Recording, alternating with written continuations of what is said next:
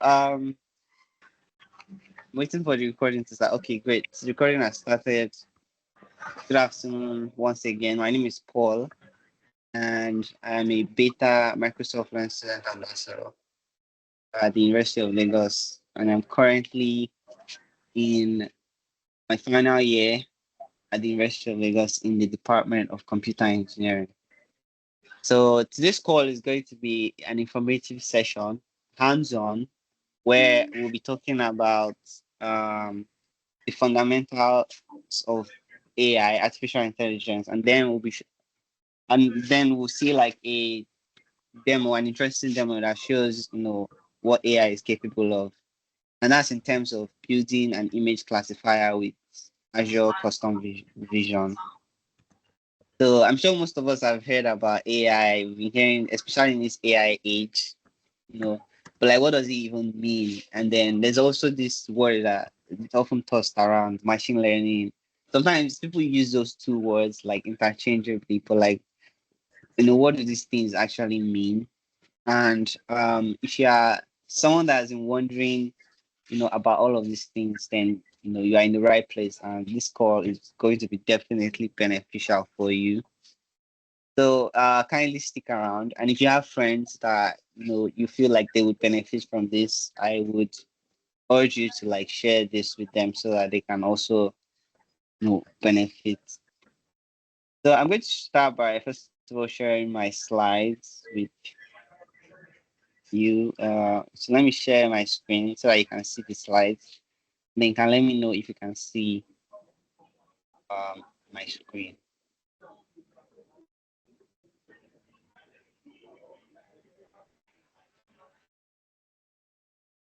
Just give me 1 minute.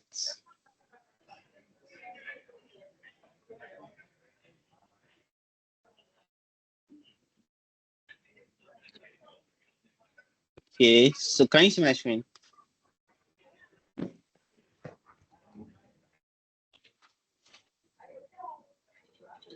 Hey guys, can anyone see my screen?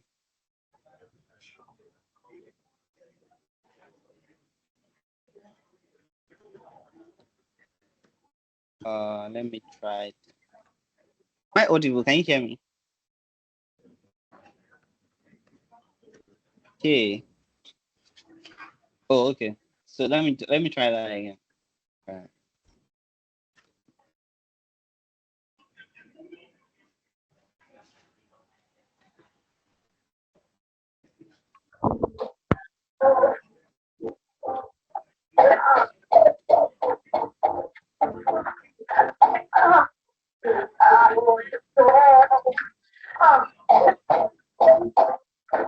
Ooh, what else?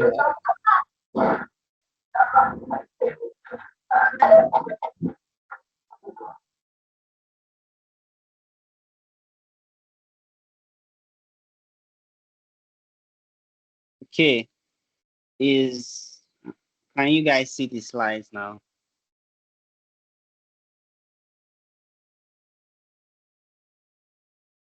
Can you see the slides?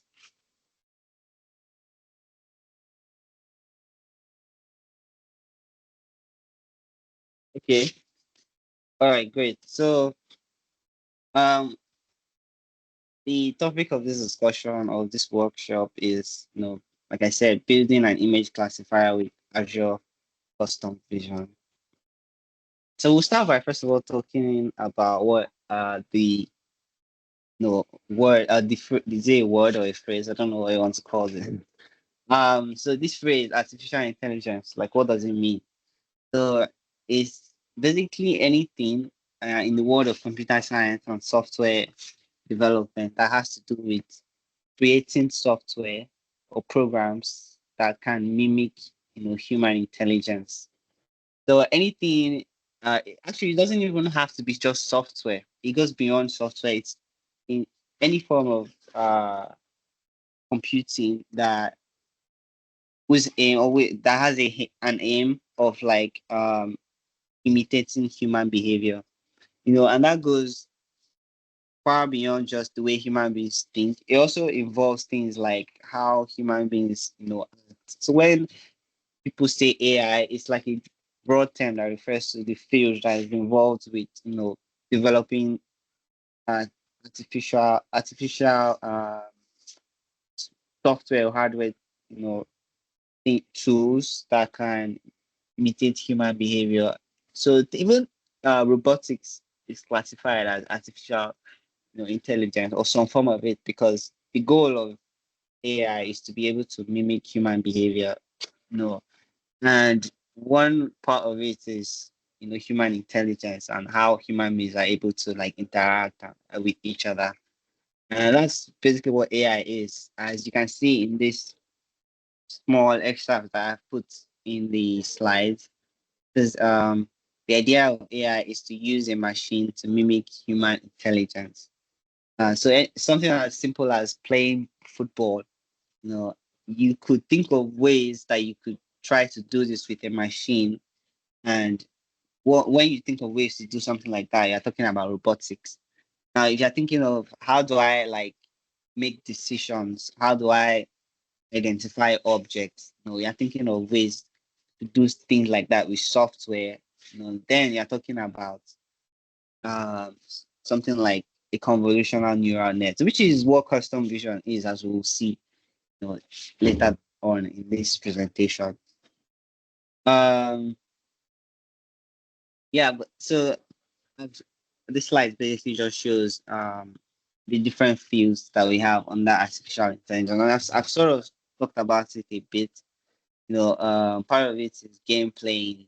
So game playing is something that human beings do. We play chess, and it's where you can see uh what's the word here? It's where when people play game, that's one area that you can see human intelligence at play. And game playing, is one way that is one of the goals, the many goals that AI aims to achieve.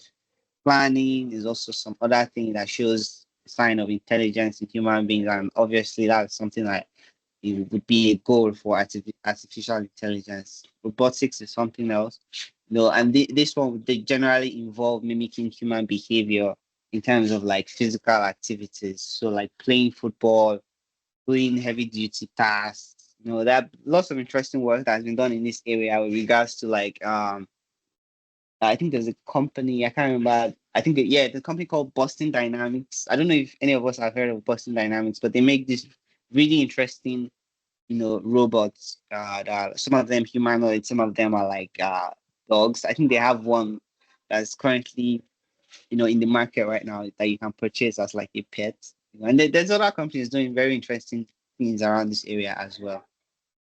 Automated you're improving robotics, and in recent times you're now seeing things like large language models. With companies like Microsoft and ChatGPT, Google with Gemini, and Microsoft has integrated Open AI's ChatGPT, very closely. Is now closely integrated with their search engine Bing, and now you can do things where you get summaries of websites that you visit, and you can directly speak to a chat bot as well that can answer, your questions without even having to like go on Google or searching directly on Bing. So yeah, this brings us to the topic of machine learning.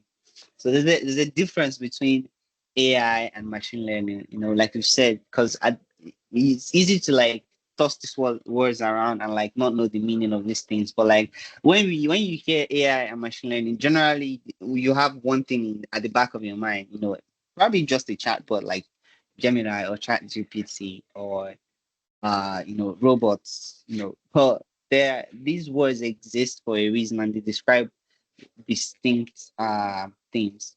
So as you can see in the bold print on this page, it says machine learning is a subset of artificial intelligence. Remember the goal of artificial intelligence is any form of programming or computer science that has to do with mimicking human behavior and human interactions. So machine learning is that subset of AI that uses knowledge to train these machines on how to like think and make decisions like like a human being would. You see in second bullet there, uh, it says that in machine learning, the computer uses answers that are supplied to improve how the computer completes specific tasks.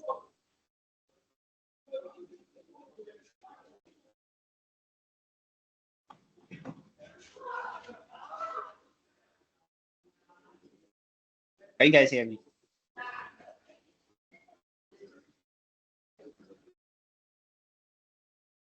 Am I audible? Hello?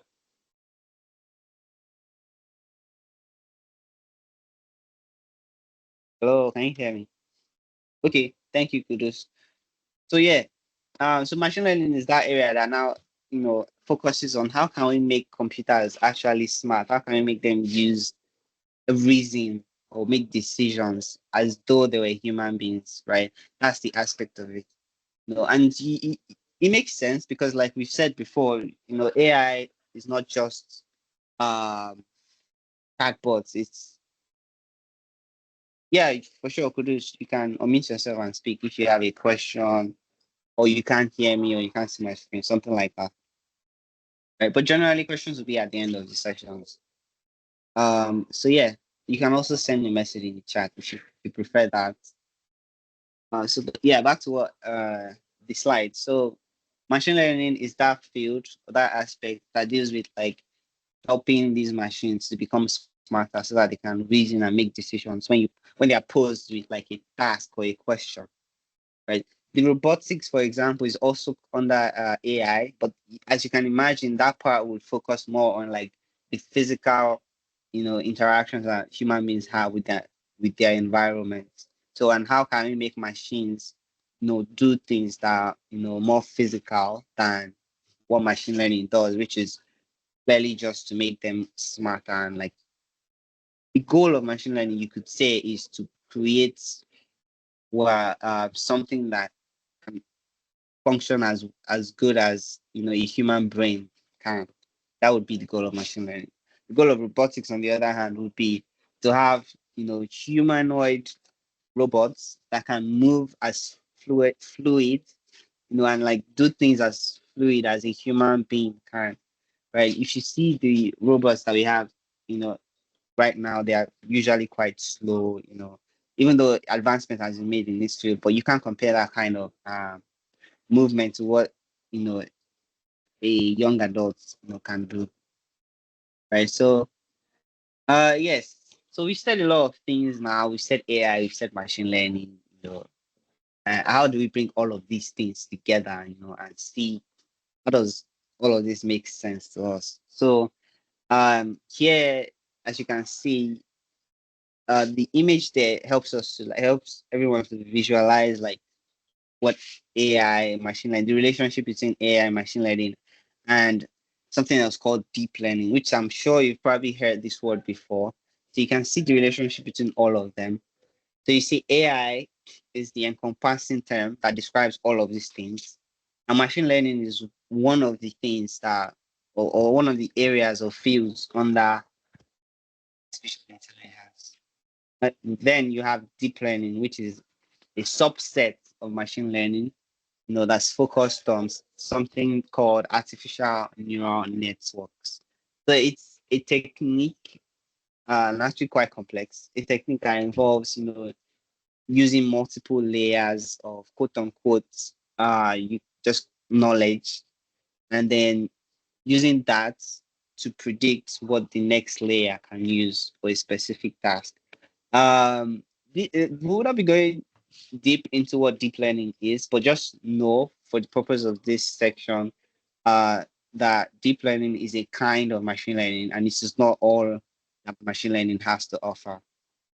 Right? There are other techniques, things like SVM, decision trees, so on and so forth. Deep learning is one of them, and artificial neural networks, are increasingly becoming more and more popular, especially with things like large language models, and these days they have ChatGPT. All of these things run using artificial neural networks models. And More specifically, in today's session, we'll be focusing on an area under deep learning, that is called CNNs. And the CNN stands for convolutional neural networks, and they're mostly used for image classification. Now, when I say classification, classification is a type of problem that human beings, you know, we deal with on a daily basis, but like we don't think too much about it. So, for example, when you're thinking about classification problems in simple day-to-day tasks, it's as easy as what do you want to wear to class today. I believe most of us are students here. So what do you want to wear to class today? You could sort your clothes, just based out of like what you can see. You have visual information, based on what you can see. You can sort your clothes based on like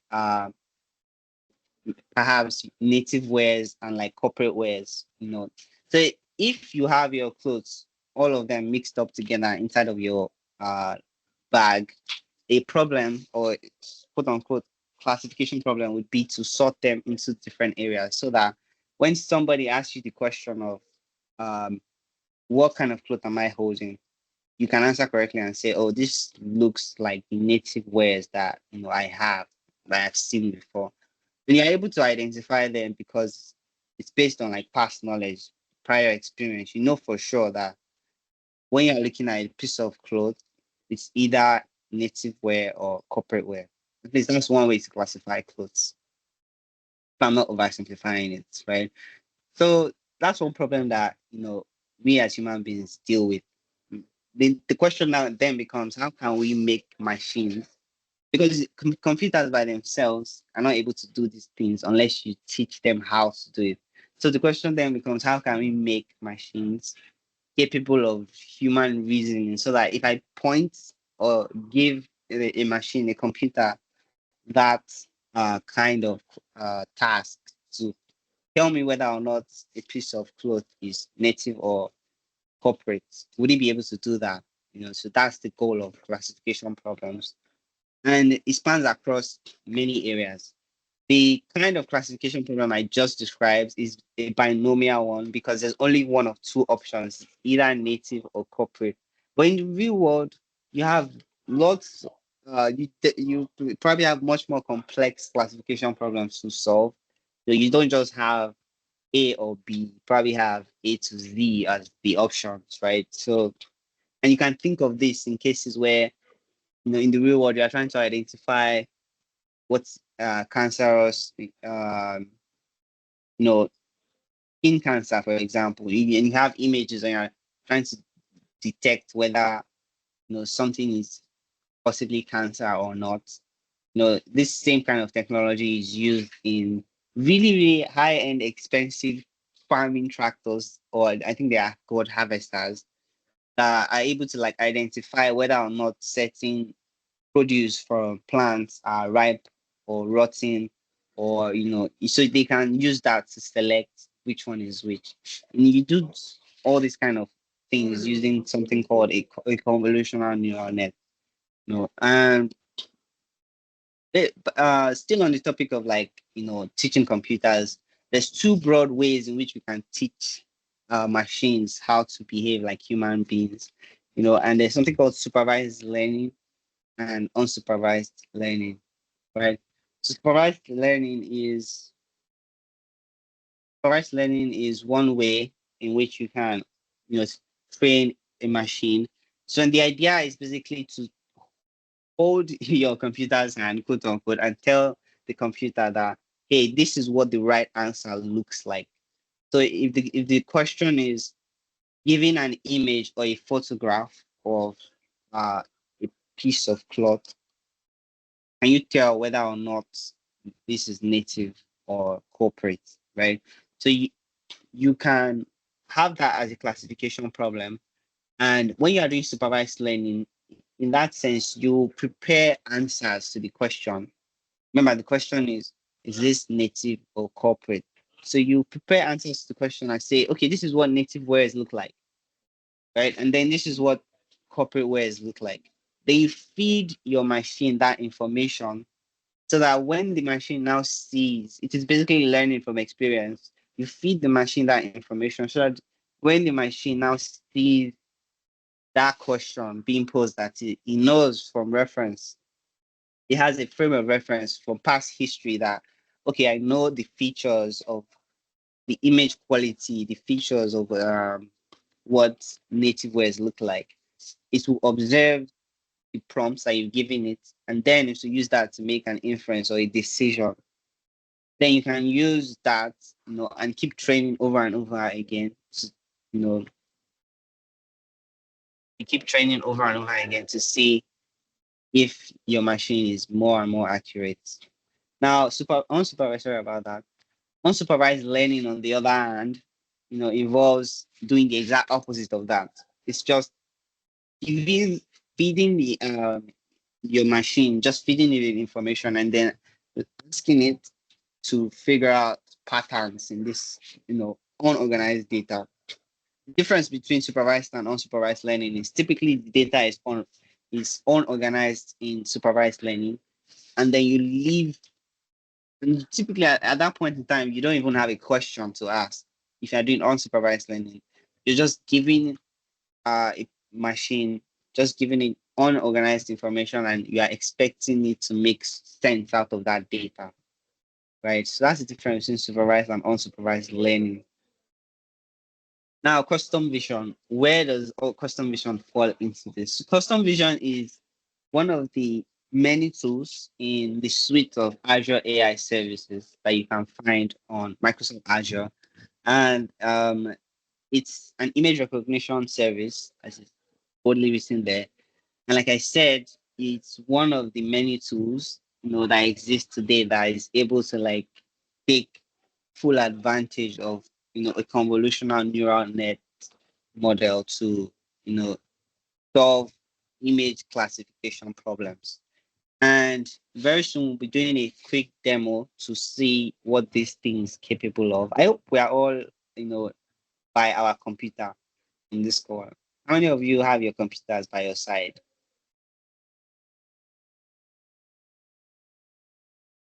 Can you guys hear me?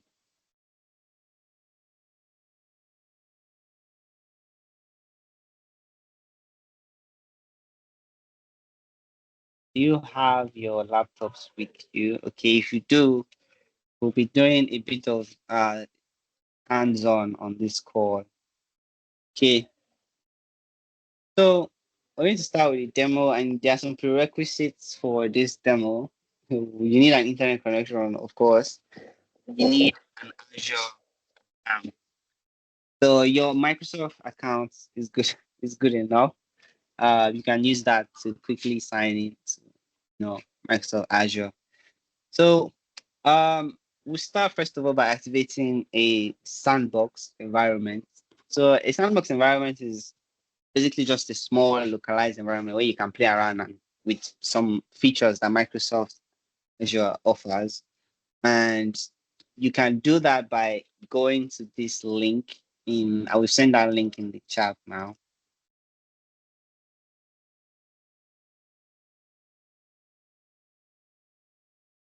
I'll send the link in the chat. Just a minute. Or if you can see my screen well, you can just type it in your browser. So I just sent the link in the chat, and you can use that to access it.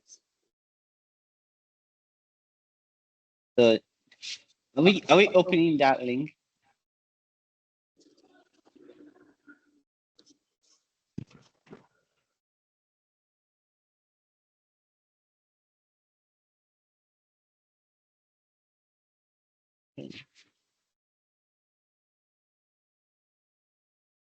Can you see the link?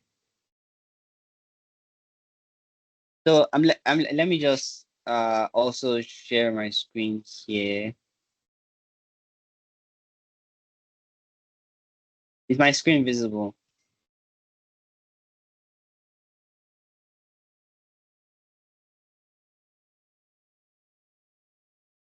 Can you see my screen?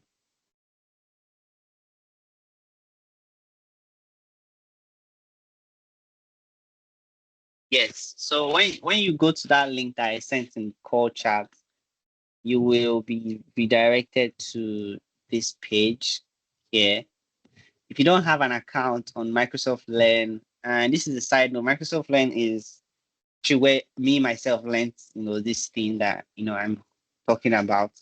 And it's a platform that offers like tons of resources. If you want to learn anything at all in tech, you can come to Microsoft Learn. There's different resources, articles, videos. You can use that to learn and grow upskill here. So yeah, when you are here, you see this page. Just click on the verify button to verify that you're a human being. It says here to pick a square that shows two identical objects. That one. It will check some things. Click on review permissions and just wait for it to load up.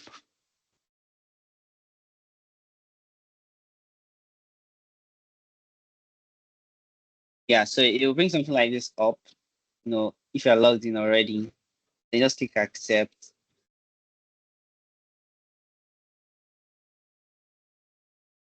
And your sandbox should be active. So I've already activated my sandbox in the past. So already activated my sandbox in the past. Let's just verify one more time.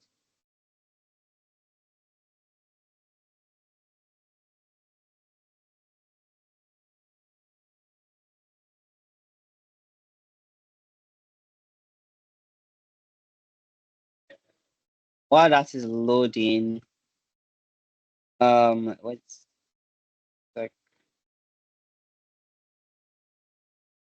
wait for that to load, and let's get back to the slides. I hope you are, no one is anyone having any difficulty using that link?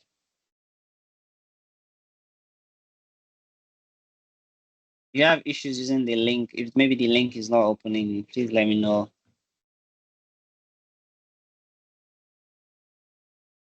Can phone be used for this? Shakira, you cannot use your phone, sadly.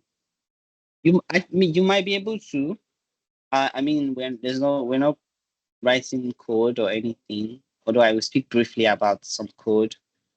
But I think you can just try using desktop mode when visit these pages. You have to copy it first. Okay, great. So yeah, if you are here, click on. You might see a slightly different button from mine. So if you don't have an account, if you're not signed into Microsoft Learn, you might see something else. You might see something like sign in to activate Sandbox. Then give it permissions, and then once we are done with that, we'll go to portal.azure.com. Let me just check on my Sandbox. Okay, so my Sandbox is activated. Let me share my screen again.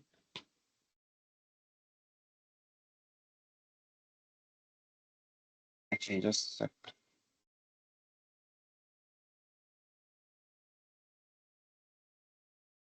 right. So can you see my screen again?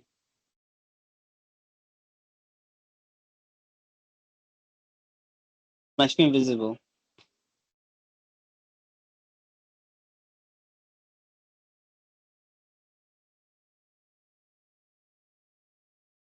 Yeah, and you can use your student accounts if you want. You can use any Microsoft account. Okay, my screen is visible. Thank you. So as you can see here, the sandbox has been activated, and I have 3 hours remaining. Right. So from here, we'll go to portals.azure.com. So I'll send this link in the chat as well. Once you've activated your sandbox, head over to portal.azure.com, and it should also sign you in. It might ask you to sign in from as well. If it doesn't, then you're all well and good. Just a minute. So I'm using my ambassador account.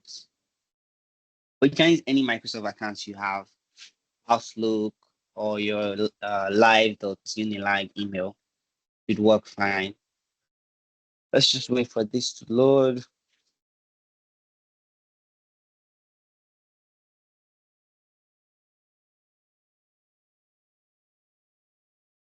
Okay.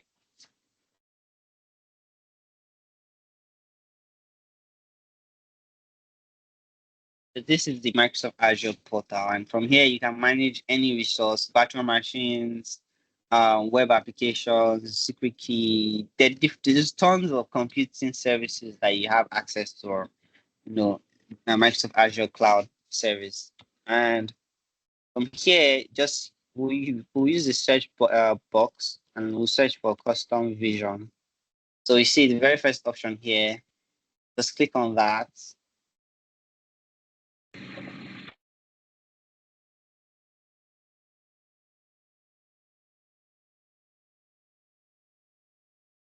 Click on that and wait for it to load.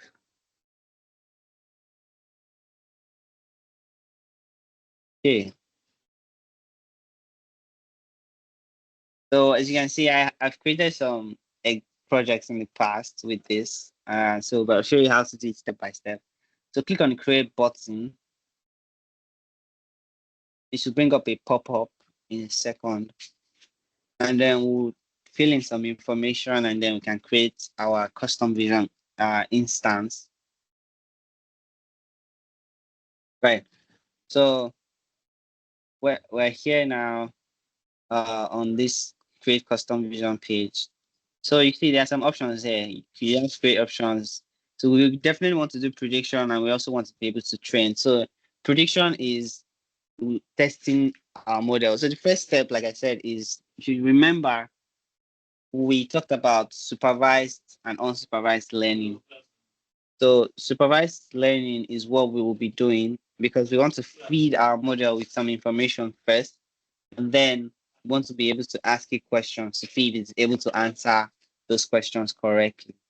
So remember I said with supervised learning, we provide it with the right answer. So we will say, hey, this is what uh, class A looks like. This is what class B looks like. So now if I give you any arbitrary picture, you should be able to tell me, is this class A or class B? Right? So if you think deeply about this, fundamentally what that means is that if we are training an image classifier, we need to provide it with images and then we need to say that this image is either, for example, native or corporate wear. So we need to, in other words, give it a label. Label is all we'll call it.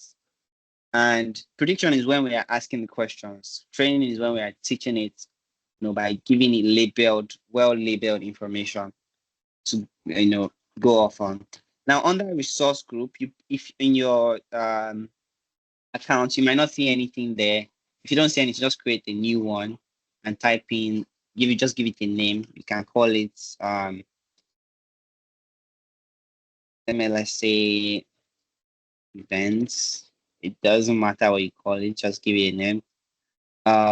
You can leave the other ones as they are. So you see a training pricing tire. If you're using your sandbox environment, you probably get this, straight out of the box. It's probably be already filled for you if you're using the sandbox environment. So I'm using a free tire here. So I'm just going to click on review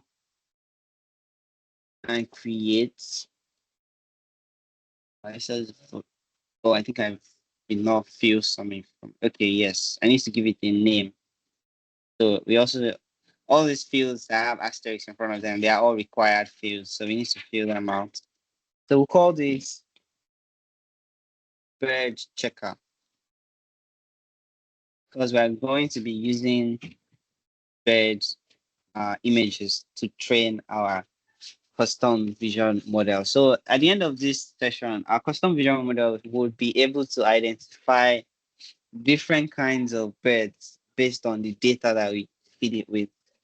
And more specifically, we're going to be training it on endangered species of birds.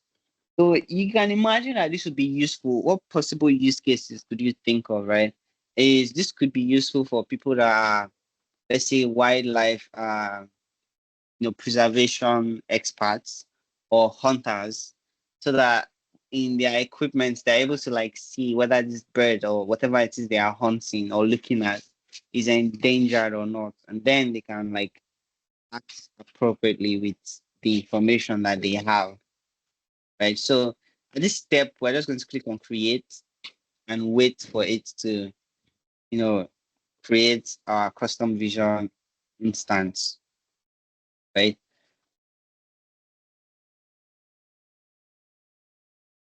Any questions so far?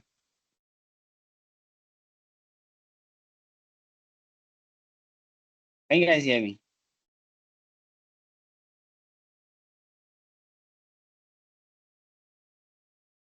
While that is running, oh, am I audible?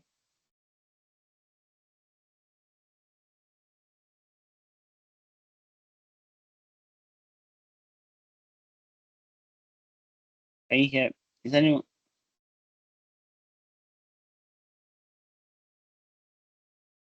Can you guys hear me?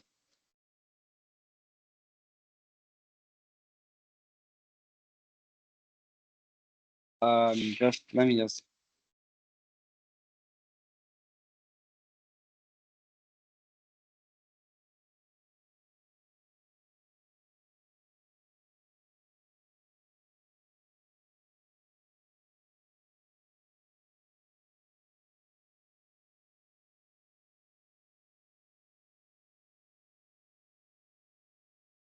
Can you hear me now?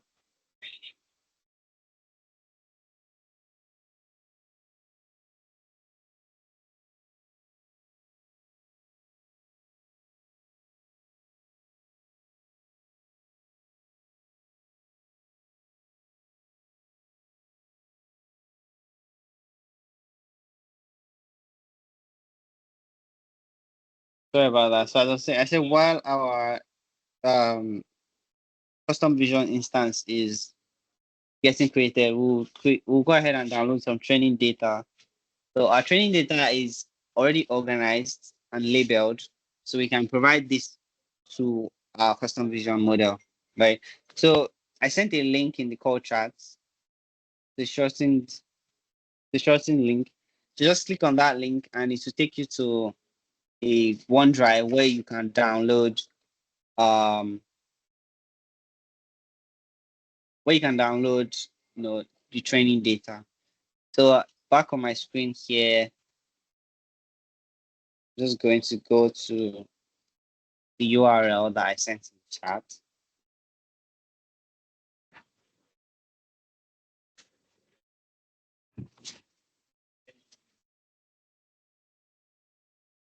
As you can see here, in training data, we have a bunch of folders.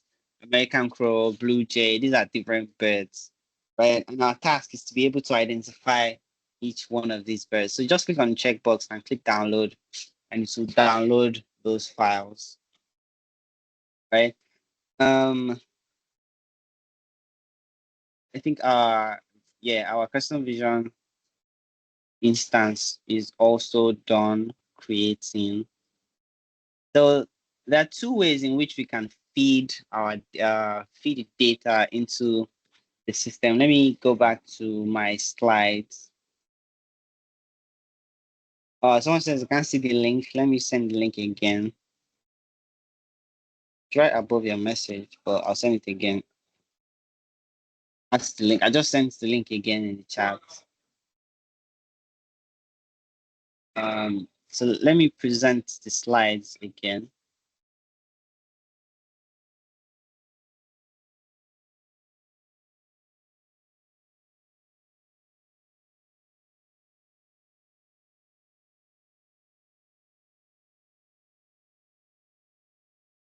All right, can you see the slides? Can you guys see the slides? Okay, so we're currently here. Now, there are two ways to upload our training data to custom vision. We've created a custom vision instance now, Now we need to feed it the machine with data, with supervised learning, right? We need to feed that machine with data, and there's two ways we can feed it with information. We've already seen where we can get our data from. And as a matter of fact, let me quickly show you. I guess I should have done this before when I opened it up, but let me quickly show you what the data looks like, right? So if you that link, the one I sent it for images, if you open any of those folders, you see it's like a bunch of images in there, right? It's a bunch of images in there. Let's see if we can preview one of these. Right, so this is just a picture of a crow. And there's about 10 of them, I think. Yeah, 10 pictures. Different angles. What you ask yourself, why are they doing this? It's so that you can like cover or get enough information, as much information as possible about a given what's the word, about a given label or option in this classification problem. Because classification problem here is you're trying to identify which kind of bird am I looking at, or answer the question of what kind of bird am I looking at. So um that's basically what the training data looks like, and it's labeled because, as you can see there, we've put them in folders to say this is what American Crow looks like, this is what Blue Jay looks like, and so on and so forth. So when you are training your model, this is how you want to organize data and properly label them. But with custom vision, it's even much more easier to do this, and I'll show you how we can upload and label our data from the custom vision portal itself. So yeah, let's get back to that slide. Some information that I want to quickly share before we continue with the demo.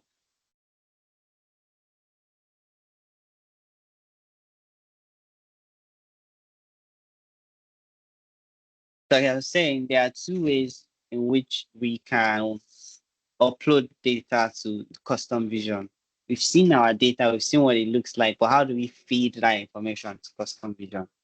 So through Microsoft Azure's Custom Vision portal, we can directly and easily feed information into our AI custom vision model. The other way is using one of its APIs, right? So, and when I say API, an API is basically just an interface, a middleman or middle thing, if you don't consider scripts as man or human.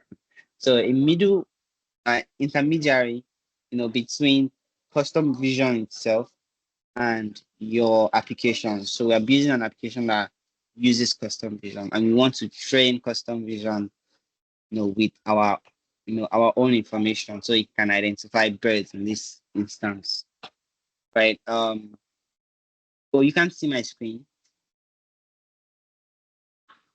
Um, let me to share it again.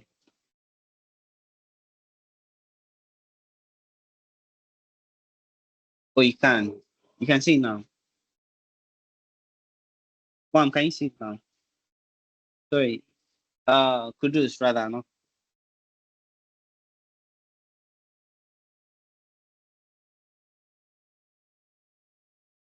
Kudus, can you see the screen now?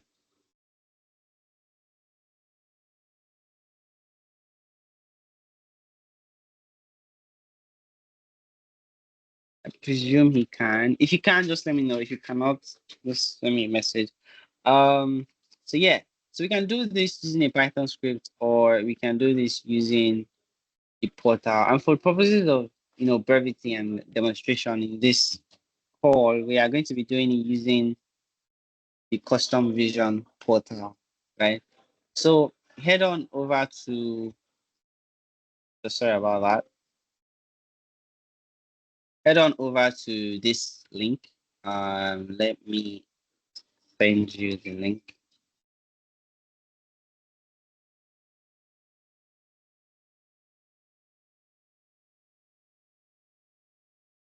Sending it. Sorry, I've sent it in the chat.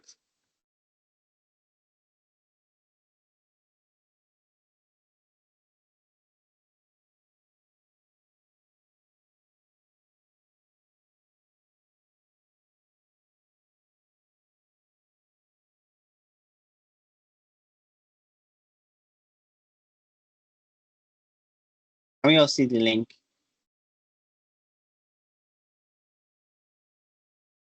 We all see that link.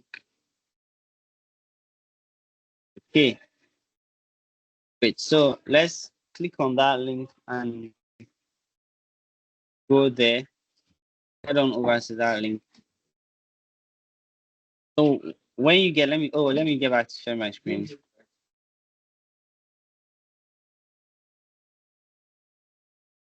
Right. So as you can see here, I've created a couple projects before, and I've done this in the past. Right. So if I open one of these, actually, let me just do that in a new tab.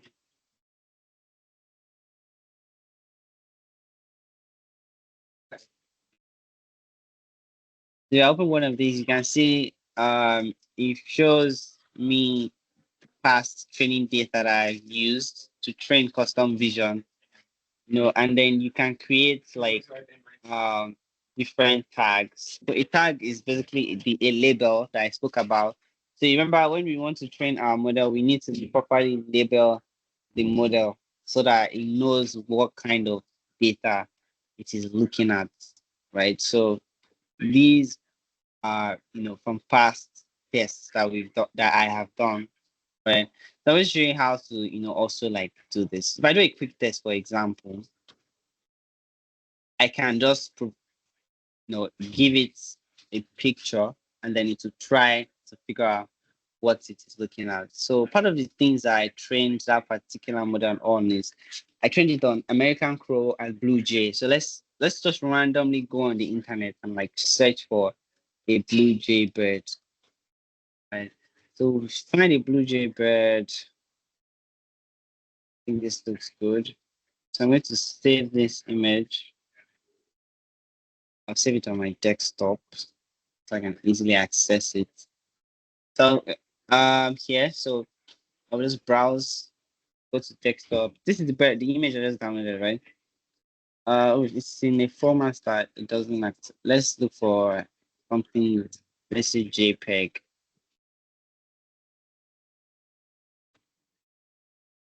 Let's see this. This is JPEG. So let's save this. Now we'll browse. We'll select that JPEG.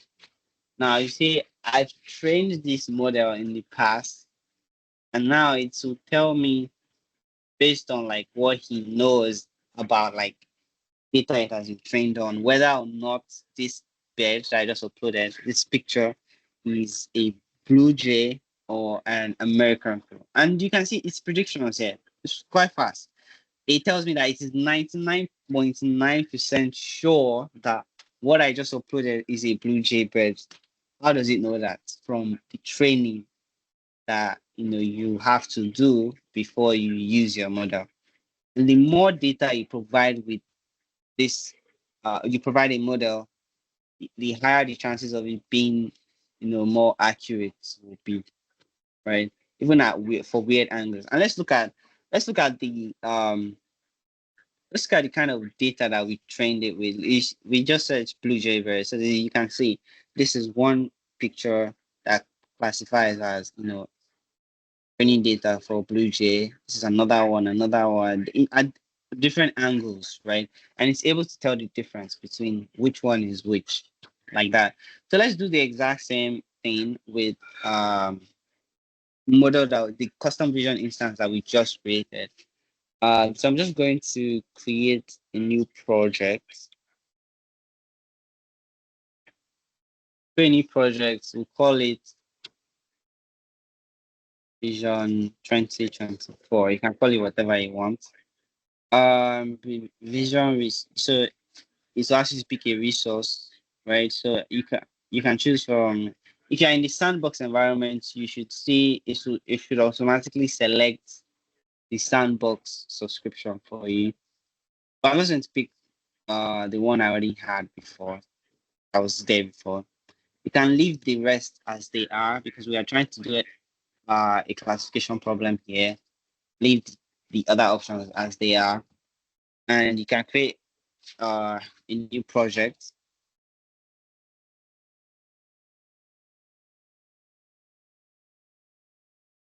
Right. So it has created a new project for us. Now what we want to do is we'll create a new tag. Right. So I want to create a tag for, let's look at the kind of data we have. So let's train our model to be able to identify a house sparrow and a morning dove. So we'll create a label first of all for a house sparrow.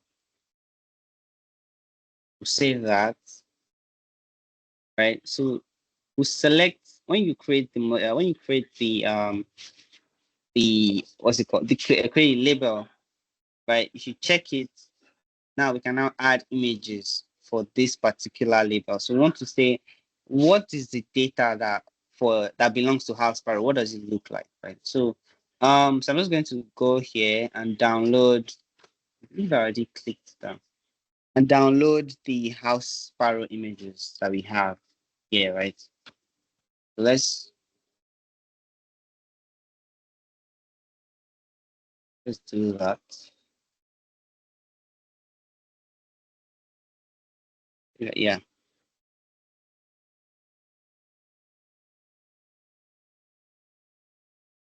Give it a minute. While that is loading, while that is downloading, I'm just going to go ahead.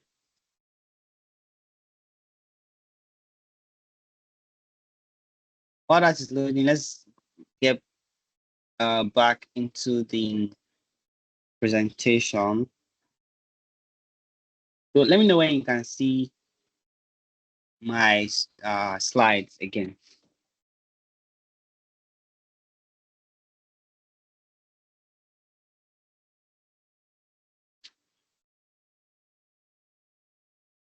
Can you see the slides?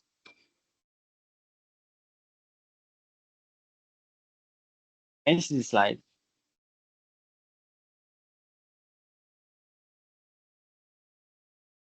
Can you guys?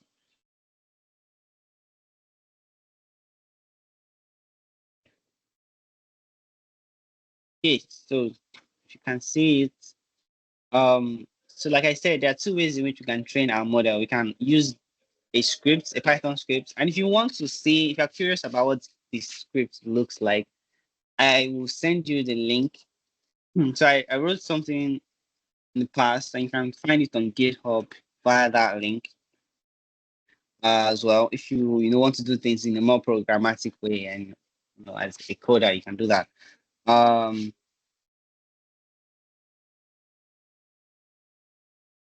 Also, in that same repository, I've put the images in there as well.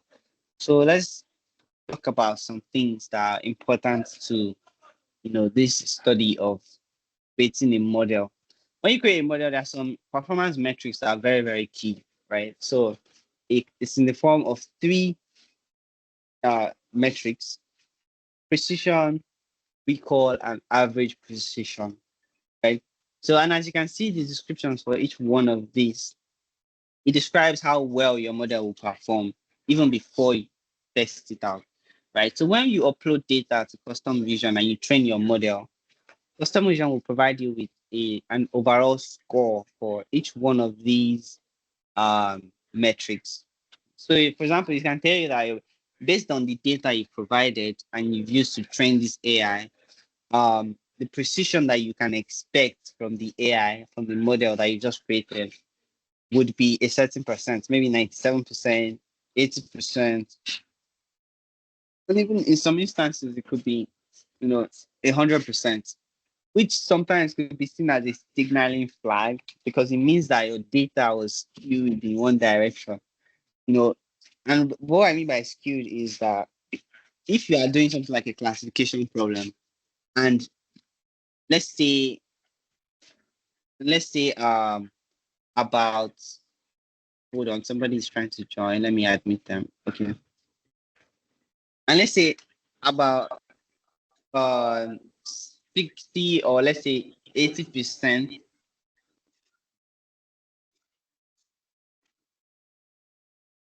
of your training data belongs to just one label, it can skew the performance of your model, right?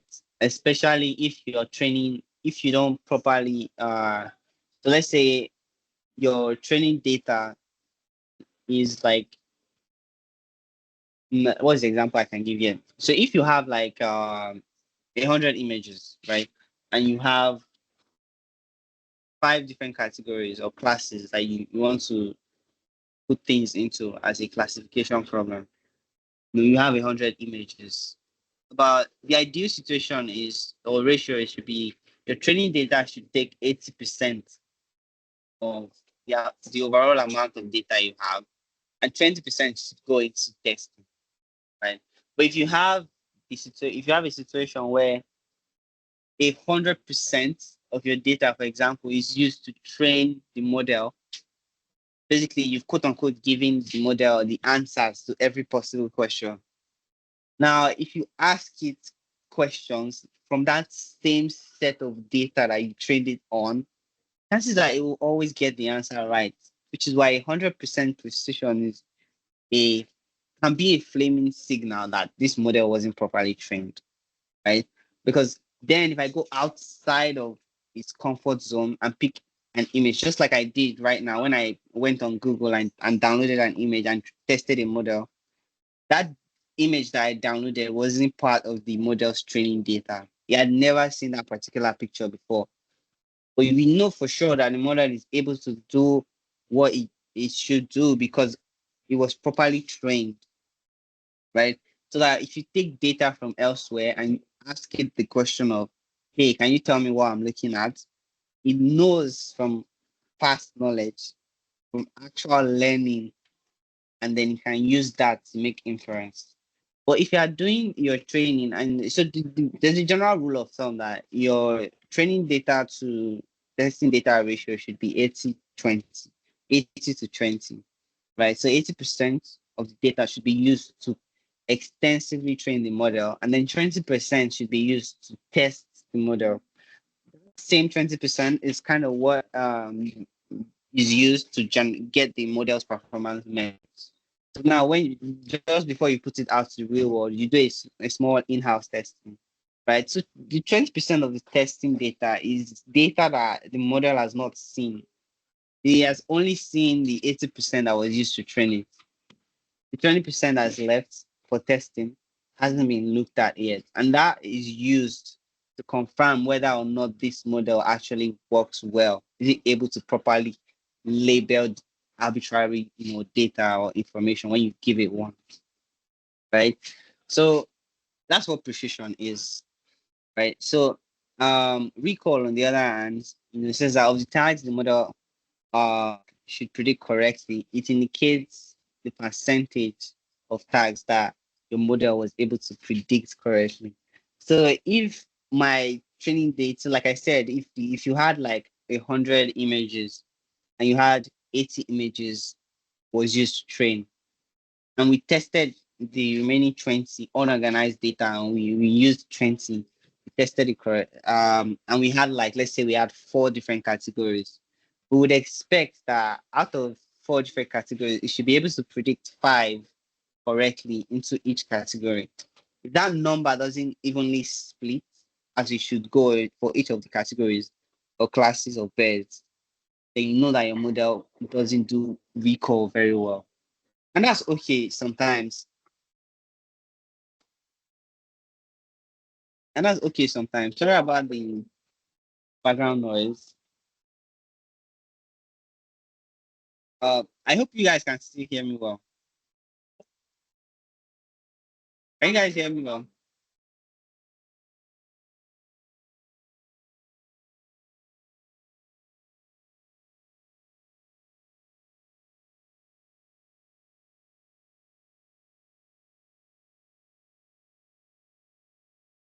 Hello. Can you guys hear me?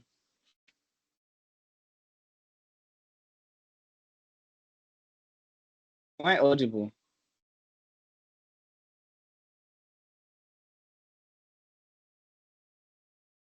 All right, thank you very much. Okay, so yeah, that's what recall is. And so yeah, average precision is just another number that's gotten by you know playing around with the values of precision and recall, at different thresholds. So we're trying to see how well does it perform at say precision level of like 80% or 90%. You can play around with those values. And to do that, and to give you custom vision will give you a score and tell you like, okay, this is how well this model can perform, right? So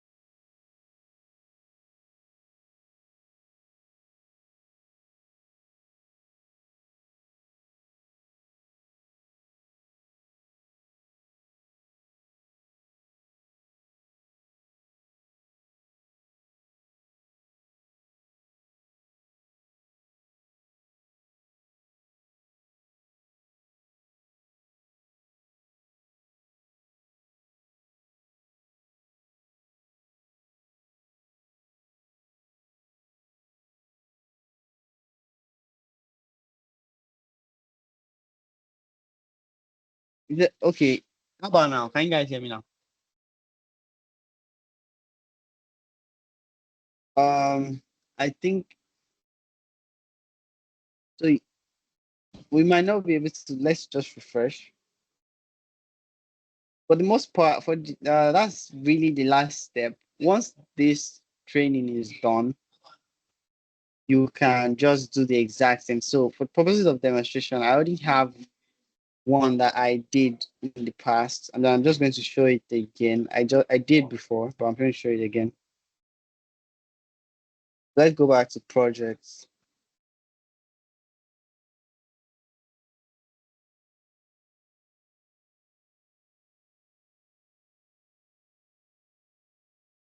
Yeah, so use this one. Once your model is trained, you will get, the scores in terms of those three metrics that we spoke about recently: precision, recall, and average precision. So you'll get a score, and it will tell you how accurate your model should be when predicting, when predicting. And for example, this particular model that I trained in the past, is trained to identify red-tailed hawk, and there's about 60 images of red-tailed hawk in here. Let me see the full name. Okay, red-tailed hawk, light, morph, and immature, and that's one. Another model is dark morph. These birds are like they're literally the same. There's only like a slight difference between these two birds. They're not exactly the same. I suppose they're like two different species, but they are very, very similar in looks. There's a differentiating factor though. And this model is able to tell the difference between them. So now I can literally Google a red-tailed hawk that has a dark, what's it called? A dark morph online. And let's see. Let's put it to the test.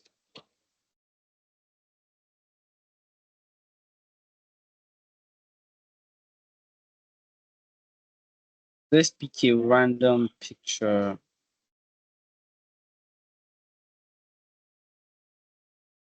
Yeah, let's pick this.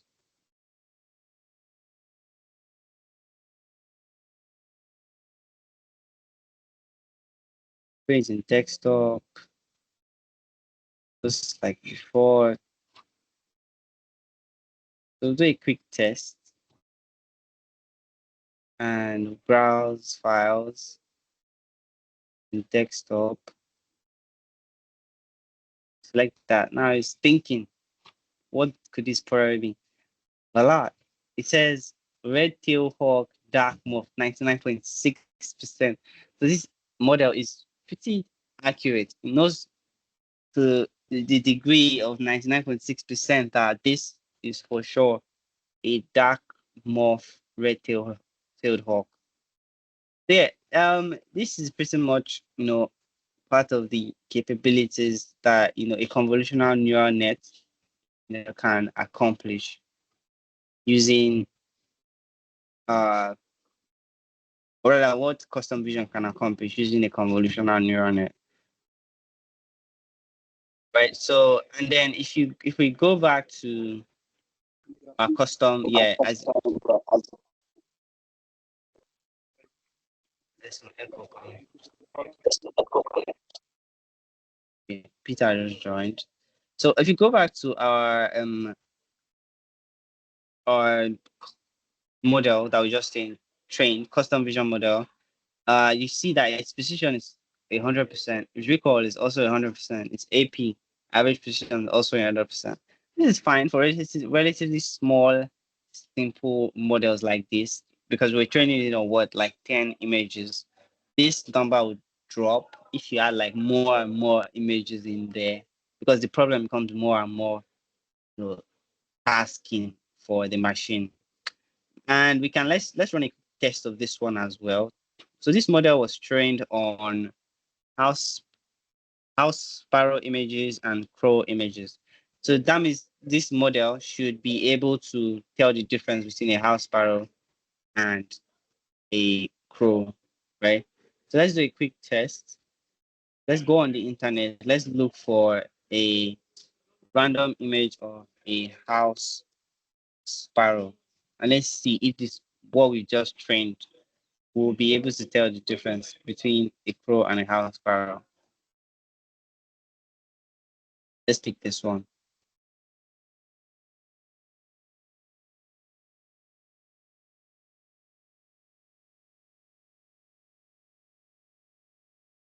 So go back to model, run quick tests, and now it's thinking, basically, it's thinking. And there you have it, a house sparrow, 99.7% sure, which is actually quite accurate and correct. This is definitely a house sparrow. We can do the other way around and also test, see if it can identify a crow, or we can go online and pick a random image of a crow, and let's see if it is not just one-sided and it's just saying house sparrow. Let's test for sure that it is able to identify these birds. So browse again.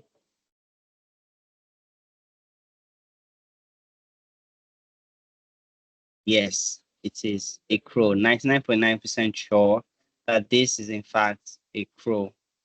So, this is really hard. And you can do this with anything you want. Part of the beauty of this is that you don't always have to come to custom vision portal and be doing this manually. You can incorporate this into your application. So imagine that you're building something like a mobile app where you can snap some pictures, and then you just send that picture to your custom vision model, and then it can predict accurately whether or not you are looking at something. So there's actually a button here that just gives you a means to directly publish it. I can publish any one of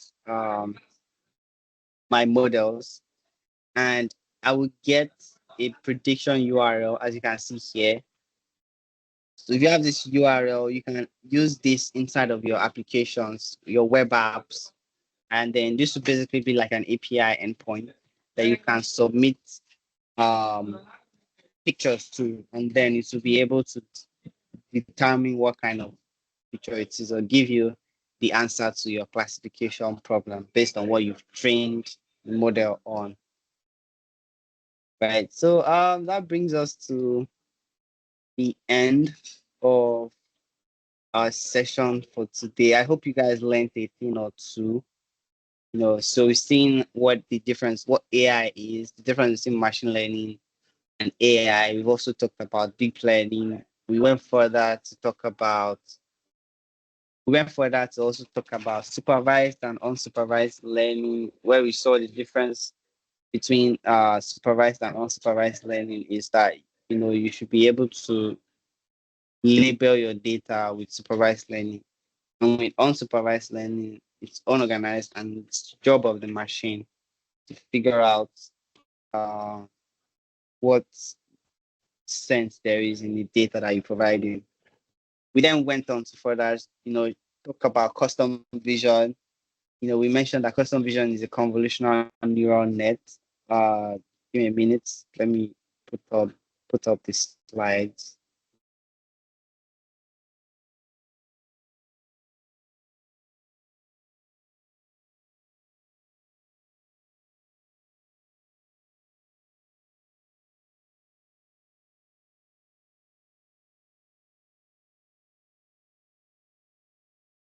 Yeah, so we mentioned that custom vision is one of the suite of services in Azure AI, and it's an image identifier. We said just like a convolutional neural net works the same way. And we did some demos. Part of it was showing you guys how to use the Azure platform to create custom vision resource. And then we went on to the Custom Vision portal to upload some pictures and label our data, then train the model. Then we were able to get some accuracy scores. So yeah, that brings us to the end of today's session. Thank you guys very much for joining. The recording to this session will be available later on. I will share on the Microsoft Lens Student Ambassador Community Group chat. If you're not a member of the community, do well to reach out to me via email. I'll drop my email in the chat now.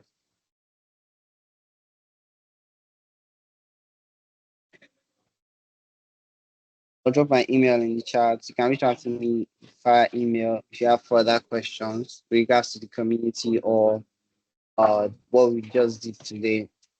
So yeah, thank you guys for joining. Enjoy the rest of your evening. Bye.